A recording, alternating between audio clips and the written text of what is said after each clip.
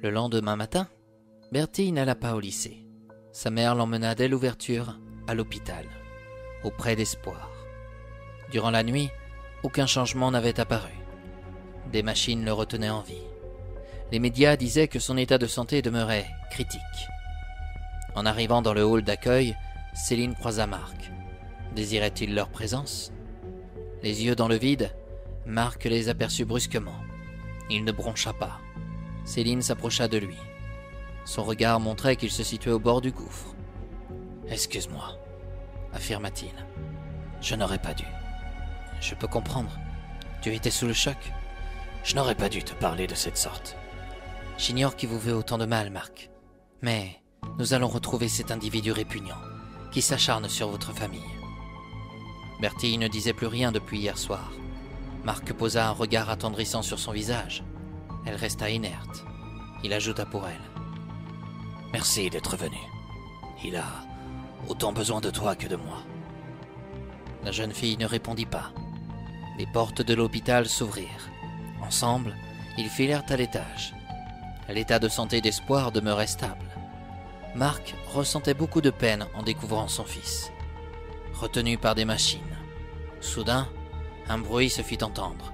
Espoir se dirigeait sur le chemin de la mort. « Un médecin! Vite! Un médecin !» cria Marc, en rentrant affolé dans la chambre. « Ne pars pas, Espoir. Pense à Bertie. Songe à moi. Tu ne peux pas nous laisser comme ça. » Le personnel infirmier arriva. On demanda à Marc de sortir. À toute vitesse, on réalisa un massage cardiaque pour essayer de le garder en vie. Bertie pleurait de toute son âme. Un docteur se retourna vis-à-vis d'eux, le visage complètement défait. C'était la fin. Espoir n'était plus parmi les siens. Le cœur de Marc se rongea de remords. Pourquoi était-il revenu? Il commença à croire qu'il était véritablement maudit. Céline ne savait pas du tout comment réagir. Les prochaines heures risquaient certainement d'être difficiles. Marc allait devoir être suivi mentalement. Il pouvait à tout moment mettre fin à ses jours. Plus rien ne le retenait. Au moment où l'un des médecins déclara l'heure de la mort d'Espoir, le jeune garçon prit une grande inspiration. Il était de retour parmi les siens. « C'est impossible !» déclara-t-on. « Il est revenu parmi nous !» annonça un autre professionnel. Espoir reprit connaissance trop rapidement.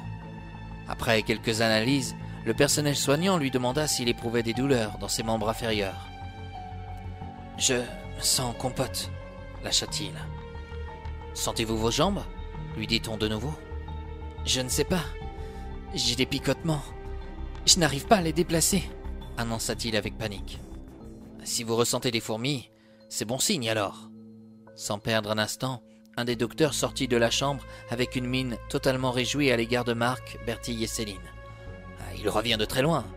Nous sommes en train de vivre quelque chose d'exceptionnel. »« Expliquez-vous, pour sang !» s'empressa de dire Marc. « Comment dire ?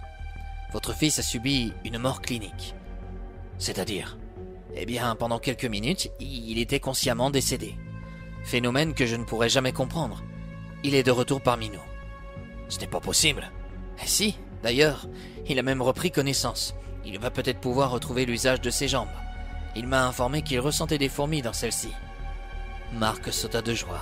Son enfant avait raison de dire qu'il devait toujours garder espoir. L'heure de sa mort n'était pas encore venue et tant mieux. Il demanda au médecin s'il pouvait le voir. On lui répondit « Juste un seul à la fois ». Il rentra le premier dans la chambre. Le personnel présent quitta la pièce. On lui laissa le champ libre. « Comment vas-tu, fiston ?» commença-t-il, les yeux pleins de larmes.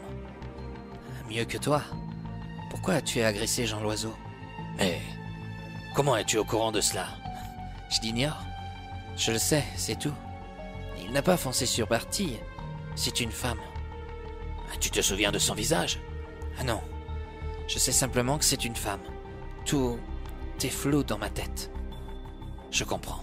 Repose-toi. Bertie est là. Tu veux la voir ? » ?»« Oh oui, s'il te plaît. » De nouveau réunis, les deux amoureux se promirent de s'unir pour la vie. Les pleurs de Bertie s'étaient envolés et transformés en larmes de joie. Avant qu'elle ne le quitte pour le laisser à nouveau seul, il lui avoua. « J'ai revu ma maman. Elle était heureuse. C'est elle qui m'a ramené à vous. Pourtant, j'avais envie de rester. » Tu ne m'aimes donc pas? Bien sûr que si. Mais là-bas, on se sent si bien. Notre monde n'a rien de comparable. Je suis revenu pour mon père, mais aussi pour toi. Ma mère te souhaite d'être heureuse avec moi. Je le suis et le serai à jamais. Ne t'inquiète pas pour ça.